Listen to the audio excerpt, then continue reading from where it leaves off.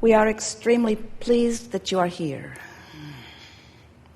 It is good to come together for the purpose of co-creating. Do you agree? Yes. You are knowing what you are wanting? Yes. Really?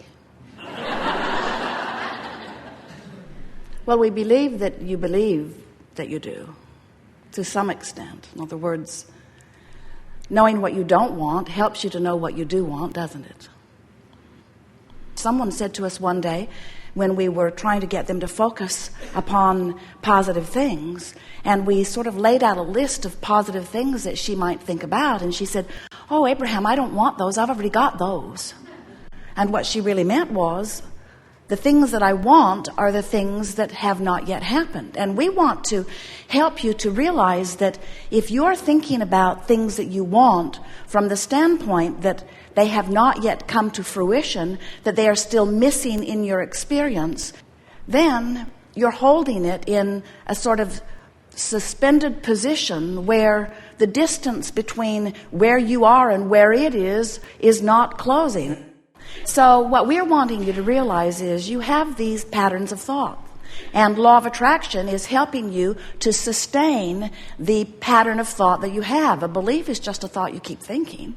And so early on in your experience, by your exposure to life, you began developing some patterns of thought. Sometimes they were carefully taught to you by others.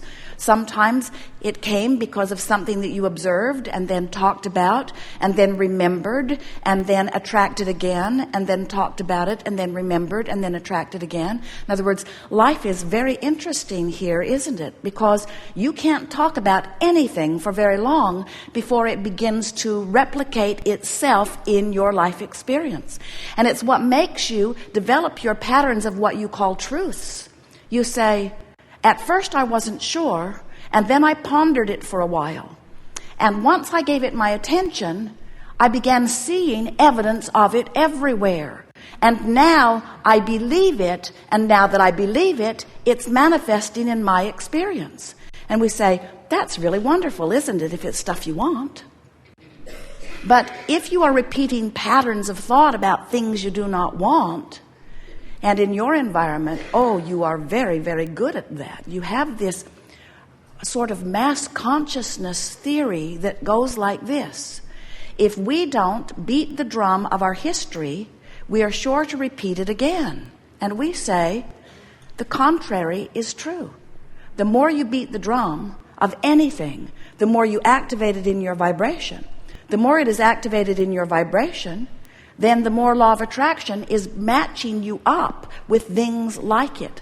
And the more law of attraction is matching you up with things like it, the more you observe it. And the more you observe it, the more you talk about it. The more you talk about it and observe it, the more you beat the drum of it or offer the vibration of it. The more you offer the vibration of it, the more law of attraction matches you up with it. The more law of attraction matches you up with it, the more you're living it, the more you're talking about it, the more you're beating the drum of it, the more you're offering the vibration of it.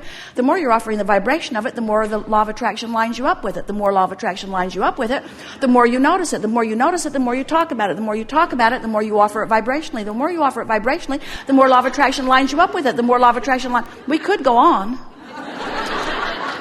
Your life experience is showing you that. You just cannot keep telling the same story without continuing to live the same circumstances.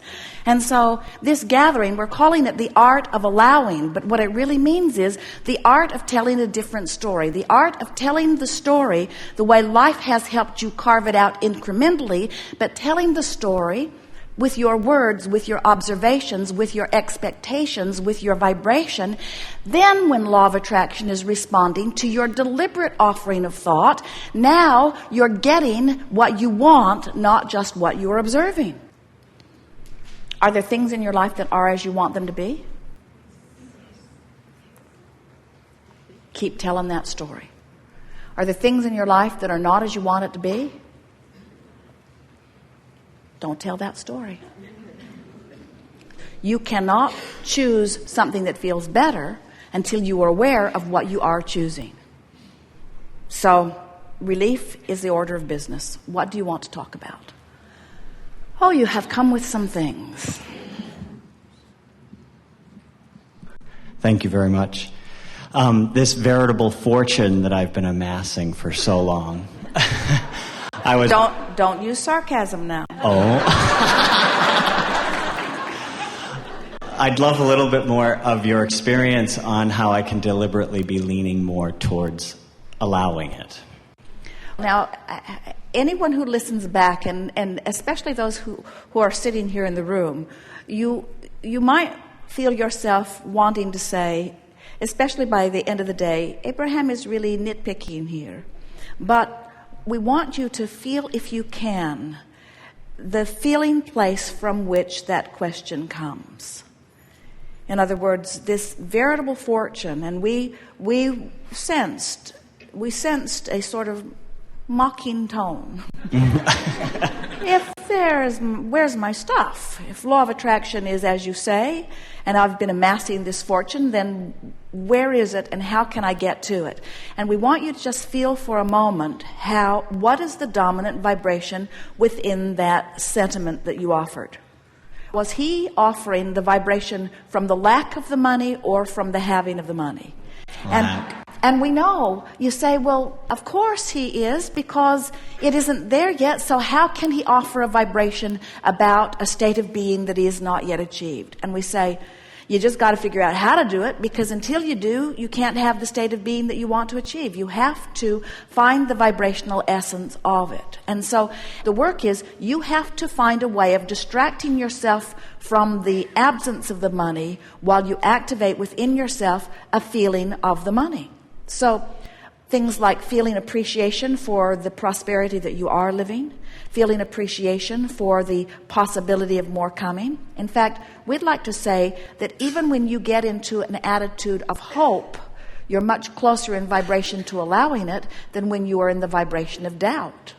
So we teased you about a little bit of sarcasm about this veritable fortune, but we want you to realize that when you feel sarcastic, when you feel pessimistic, it's a far cry from feeling optimistic and hopeful. So the answer to your question, how do I let my fortune come to me and me come to my fortune?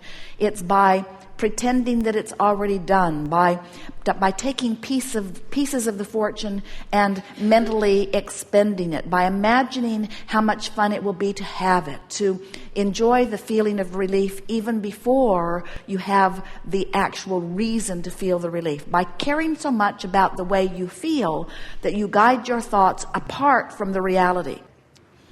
We love your question. We love the question, how do I get from where I am to where I want to be? And the answer is, look in the direction of where you want to be and speak in the direction of where you want to be, and never again look back over your shoulder about where you have come from. And if you can pull that one off, as soon as tomorrow, you'll have evidence of your veritable fortune. Astounding.